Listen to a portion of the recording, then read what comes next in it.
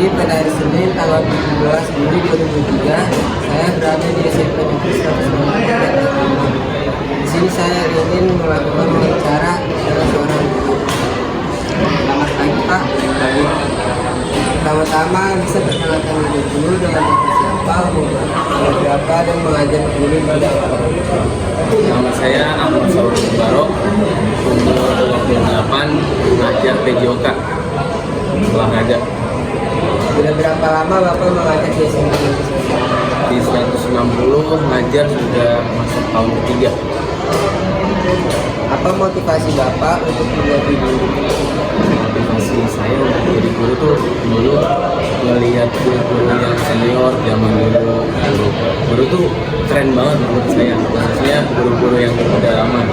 Dia jadi nggak pernah yang namanya melihat materi dulu gitu. Jadi tuh saya terinspirasi tuh jadi guru karena guru-guru zaman dulu yang memang mereka pengabdian, lebih utama untuk pengabdian. Lebih susah buat dapat fasilitas, tapi usaha atau apa yang dia kasih buat pendidikan itu lebih besar. Bagaimana Bapak mengajar Anak yang susah diatur biasanya kalau saya di awal pembelajaran kita kasih kesepakatan dengan anak-anak sekelas, itu setuju sekelas, setuju dulu, mau nggak mau nih ada beberapa biasanya yang udah kita tarik, mau nggak mau harus setuju dulu di situ. Kemudian berjalannya waktu tinggal kita lihat aja nih dia bisa nerapin nggak kesepakatan kelasnya. Makin lama kalau misalnya dia bisa ngikutin itu bagus, alhamdulillah. Tapi kalau enggak, kita kasih peringatan atau kita kasih konsekuensi bertahap. Jadi nggak langsung berat, tahap pelan-pelan. mulai dan sampai jam berapa biasanya siswa atau siswi dilakukan? Kalau di SMP 160 biasanya 6.30 kita mulai pembiasaan, kemudian selesainya mereka nggak tentu, tapi paling lama itu sampai pukul 13.40. Adakah kesulitan Bapak saat mengajar di kelas? Kesulitannya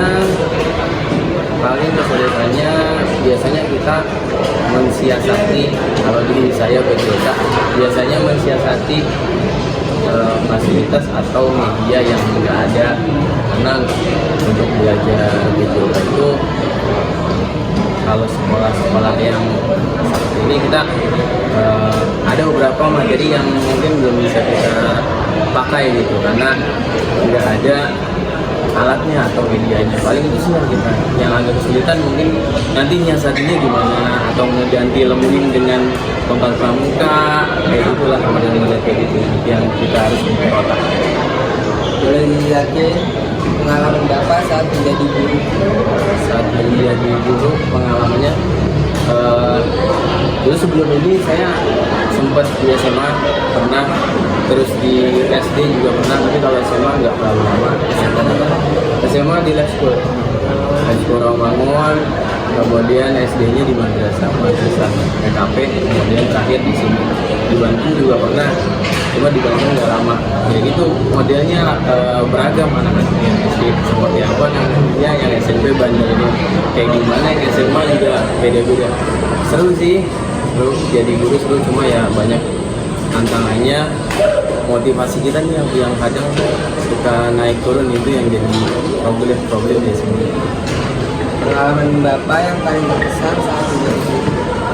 Paling berkesan itu waktu ngajar di Banten pernah. Jadi waktu ngajar di Banten, kalau nggak salah namanya SD Babakan 01 kalau nggak salah.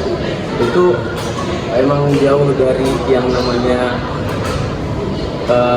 orang-orangnya, anak-anaknya motivasi untuk belajarnya emang jauh banget gitu. Jadi di sana tuh anak selesai belajar, selesai sekedar dia tuh datang ke sekolah tuh cuma sekedar datang ke sekolah, selesai pulang. Bahkan ada yang ke sekolah itu dia sampai nggak nyampe selesai akhir pulang. Jadi selesai langsung ke laut, karena kan dekat laut di Banten itu dekat laut, langsung nyiapin kantong kresek yang banyak, kemudian langsung jualan di laut. Jadi di sana paling berkesan karena agak sulit buat memotivasi mereka, karena mereka di sana untuk menggapai mimpi atau untuk melihat contohnya itu sangat sedikit.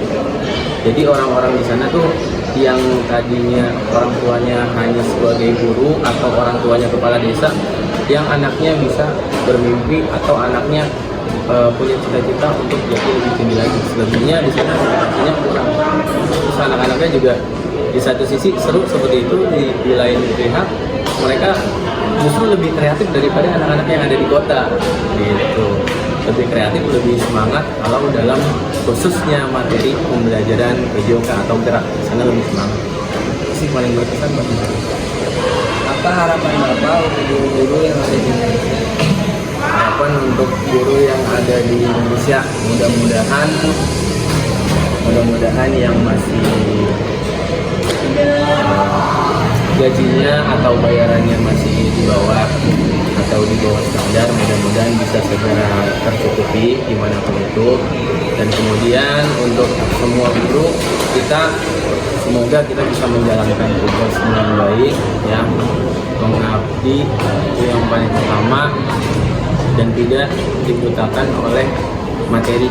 Jadi kita ngejar materi dulu, tapi ngajarnya nggak benar-benar. Kita tetap dalam relnya, tetap dalam benang merahnya sebagai guru. Cara Bapak agar bisa Cara motivasi siswa biasanya anak itu kita tanya bisa satu-satu atau bisa sekaligus di kelas. Biasanya 1 tahun ke depan itu punya target apa, tapi dengan catatan harus realistis juga targetnya, jangan terlalu tinggi. Jadi kita lem juga tuh targetnya jangan terlalu tinggi. Iya, jadi sesuai lah, misalnya dia anak S2 bisa, ya udah targetnya ya saya mau dapetin berapa piala nih tahun ini gitu. Jangan yang terlalu tinggi-tinggi, maksudnya kita harus realistis juga gitu. Tinggi boleh tapi ada stepnya. Kita biasanya di awal kita motivasi targetnya apa untuk 1 tahun ke depan, dan kemudian selama berjalannya waktu biasanya kita jaga tuh gimana tuh anak kira-kira udah nyampe mana nih stepnya. Kayak gitu sih biasanya untuk motivasi. apa tantangan terbesar Bapak saat sedang mengajar? Tantangan terbesar saat mengajar itu biasanya untuk saat sekarang ini yang paling besar itu kita nggak cuma sekedar mengajar tapi mendidik. Mendidiknya itu nih yang sangat berat nih sekarang cukup berat tantangannya, karena mereka udah bisa akses segala macam dengan mudah dengan adanya gadget segala macam. Kemudian apa yang dia akses itu kita nggak bisa pantau selama 24 jam. Itu yang agak susah untuk mengarahkan mereka tetap dalam jalurnya, tetap adab sobat santunnya itu yang harus kita jaga. Itu yang tantangan paling besar saat ini tuh, anak-anak sekarang ada sobat santun perilaku itu harus kita kembalikan seperti dulu. Menurut Bapak, bagaimana cara belajar? Cara belajar yang efektif menurut saya pagi sesuai dengan jamnya di sekolah, nanti siang itu atau saat pulang sekolah itu kita harus tulis atau catat apa yang udah disampaikan di sekolah, nanti malamnya kita ulangi. Menurut saya itu cara belajar yang efektif. Apakah Bapak punya tips sendiri untuk menarik tips untuk membuat suasana belajar yang tidak jenuh? Biasanya sering-sering kita praktekkan ice breaking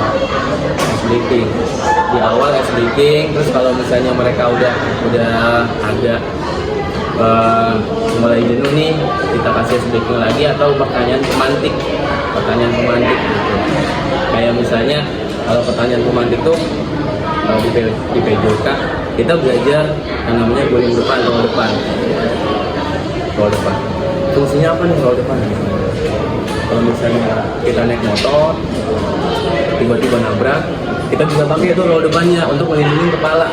Fungsinya kan di situ. Kita pandu dia pertanyaan seputar materi tapi yang dipergunakan atau dipakai di kehidupan dia sehari-hari. Ice breaking sama pertanyaan pemantik biasanya. Berapa perkiraan jumlah jam mengajar dalam seminggu? Seminggu saya 20 dapat 27 jam. Sejak kapan Bapak menjalani profesi Sebagai guru mulai dari 2000, yang guru ngajar belum resmi 2015, mulai ngajar resmi 2017. Halo Pak.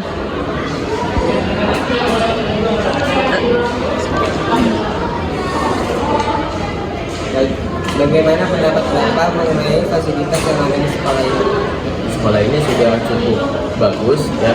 Mungkin hanya ada beberapa sedikit yang fasilitas yang belum ada, tapi overall seluruhnya udah cukup. Bagaimana perasaan Bapak saat pertama kali menjalani profesi sebagai guru? Pertama kali sebagai guru pasti ada gugupnya, pasti ada deg-degannya. Pertama kali pasti ada. Cuma ya yang bisa memperbaiki kita ya pengalaman. Dengan seringnya kita ngajar itu nanti yang akan memperbaiki kita semakin hari semakin baik. Apa sebelumnya Bapak pernah menjalani profesi sebagai guru? Selain itu dagang, dulu pernah dagang buah, terus kalau sekarang alat jahit masih. Apa metode yang akan Bapak gunakan Mengajar biasanya variasi, bisa komando, bisa penugasan, atau tukar sebaya. Paling dilihat situasi kelasnya aja. Baik Pak, ini saja yang saya bicarain. Terima kasih Pak. Ya, sama-sama. Sukses.